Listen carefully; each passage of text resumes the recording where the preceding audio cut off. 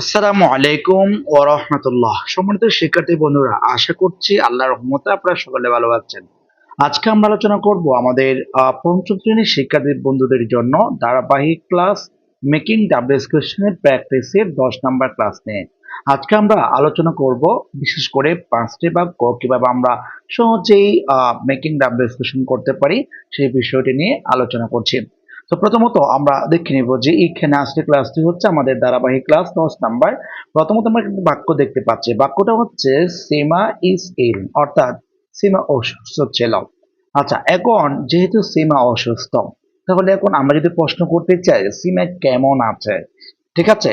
তো কেমন আছে, কিরকম আছে, কোন অবস্থায় আছে, বিশেষ করে এই জিনিস জানার জন্য আমাদের একটি ওয়ার্ড আছে, সেটি হচ্ছে হাউ। আমরা অবশ্যই হাও দ্বারা প্রশ্ন করব। তাহলে আমরা এখানে বলছি সীমা ইজ ইল, সীমা অসুস্থ আছে, যে এটা প্রশ্ন করার জন্য প্রথমত আমরা বাক্যের শুরুতে একটি হাও দিয়েছি। তারপর আমরা এখানে যে টু বি ভার্ব ছিল, এই টু বি ভার্বটা বসালাম।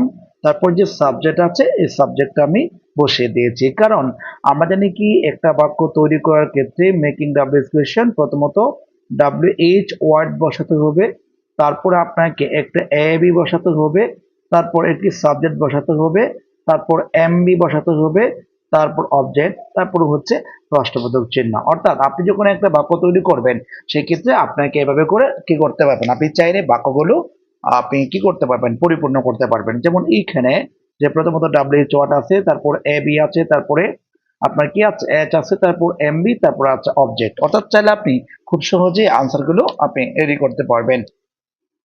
এরপর আমরা বি নাম্বার দেখবো। বি নাম্বারটা বাক্য দেখতে পাচ্ছি, she works in a bank, অর্থাৎ তিনি একটি ব্যাংকে কাজ করেন। তাহলে এখন এখানে আমরা দেখতে পাচ্ছি একটা জায়গার নাম বা একটা স্থান বোঝাচ্ছে, মানে ব্যাংকে চাকরি করে।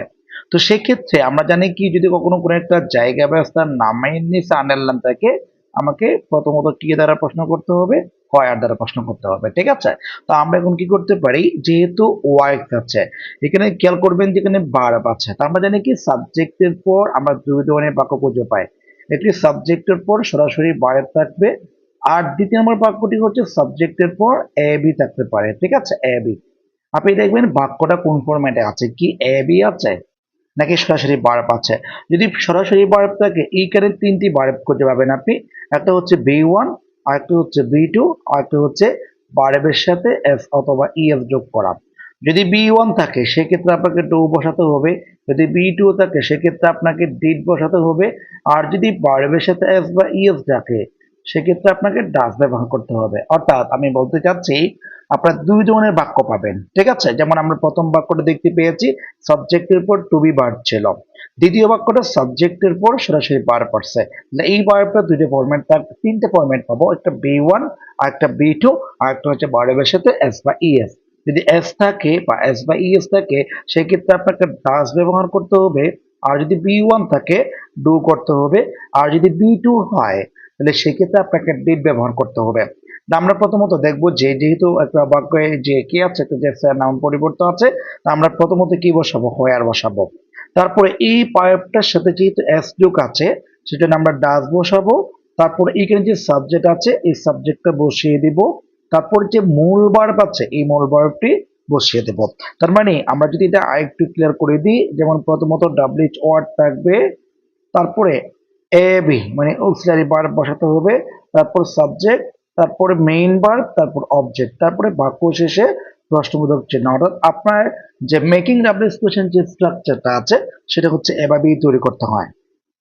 আচ্ছা, তাহলে আমরা পরবর্তী সি নাম্বার বাক্যটা দেখবো। সি নাম্বার দেখতে পাচ্ছি, মারিয়া গেটস আপ আর্লি, মারিয়া খুব সকালে ঘুম থেকে ওঠে। আচ্ছা, যদি কখনো সাবজেক্টের জায়গায় ব্যক্তির নিচে আন্ডারলাইন থাকে, সেক্ষেত্রে আপনাকে হু দ্বারা প্রশ্ন করতে হবে।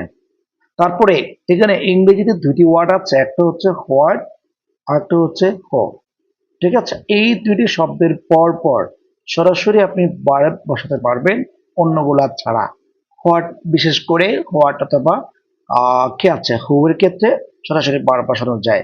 তো এই জন্য আমরা কি করেছি, যেহেতু মারিয়া ব্যক্তির নাম, এর পরিবর্তে আমরা হু দিলাম, বাকিরা যা যা আছে তা তা বসিয়ে দিয়ে বাক্য শেষে প্রশ্নবোধক চিহ্ন দিয়েছে। তার মানে আমাদের কি হয়ে গেছে, মেকিং ডাব্লিউএস কোয়েশ্চেন তৈরি হয়ে গেল। এরপর আমরা ডি নাম্বার দেখবো। ডি নাম্বার দেখতে পাচ্ছি, উই ইট টু লিভ, আমরা খেয়ে দিয়ে বাঁচি। আমরা কিভাবে বাঁচি, কিভাবে, এটা যদি প্রশ্ন করতে চাই তা আমরা প্রথমত হাও দ্বারা করতে পারি অথবা ওয়াই দ্বারা করতে পারি। ঠিক আছে, উই ইট টু লিভ, আমরা বাঁচার জন্য খাই। ঠিক আছে, বা খাওয়াই খেয়ে আমরা বাঁচি। কেন বাঁচি, কিভাবে বাঁচি, আপনি চাইলে এটা ওয়াই দ্বারাও প্রশ্ন করতে পারেন অথবা হাউ দিয়েও আপনি চাইলে করতে পারবেন প্রশ্নগুলো। আচ্ছা, তো সেই ক্ষেত্রে আমরা এখানে যদি লিভ আছে আমরা হোয়াই দিয়েছি, আপনার যদি কোনো কনফিউশন লাগে আপনি চাইলে কি করতে পারেন, হাও দিতে পারেন। আমরা কিভাবে বাঁচি, ঠিক আছে। তাহলে এখন প্রথমত হাও বসাবো বা হোয়াই বসাবো, তারপর আমরা একটা এবি বার বসাবো। যেহেতু ইট বি ওয়ান এই জন্য আমরা ডু দিব, তারপর এখানে যে সাবজেক্ট আছে সাবজেক্টই বসাই দিব, তারপর ইট যেটা আছে এই ইটটা বসাই দেবো, বাক্যের আনসার। অর্থাৎ হাউ ডু উ ইট, আমরা কিভাবে বাঁচি। ঠিক আছে, এভাবে করা যাবে। অথবা হোয়াই ডু উই ইট, কেন আমরা খাই, বাঁচার জন্য। ঠিক আছে, এভাবে করতে পারবেন। এরপরে সর্বশেষ যেটা বাক্যটা আছে, টাংসান গেটস আপ এট 6 AM, অর্থাৎ তিনি সকাল 6টায় ঘুম থেকে ওঠে। কখন ওঠে, যদি কখনো কোনো একটা টাইম বা সময়ের নিচে আন্ডারলাইন থাকে সেক্ষেত্রে আপনাকে হয় দ্বারা প্রশ্ন করতে হবে।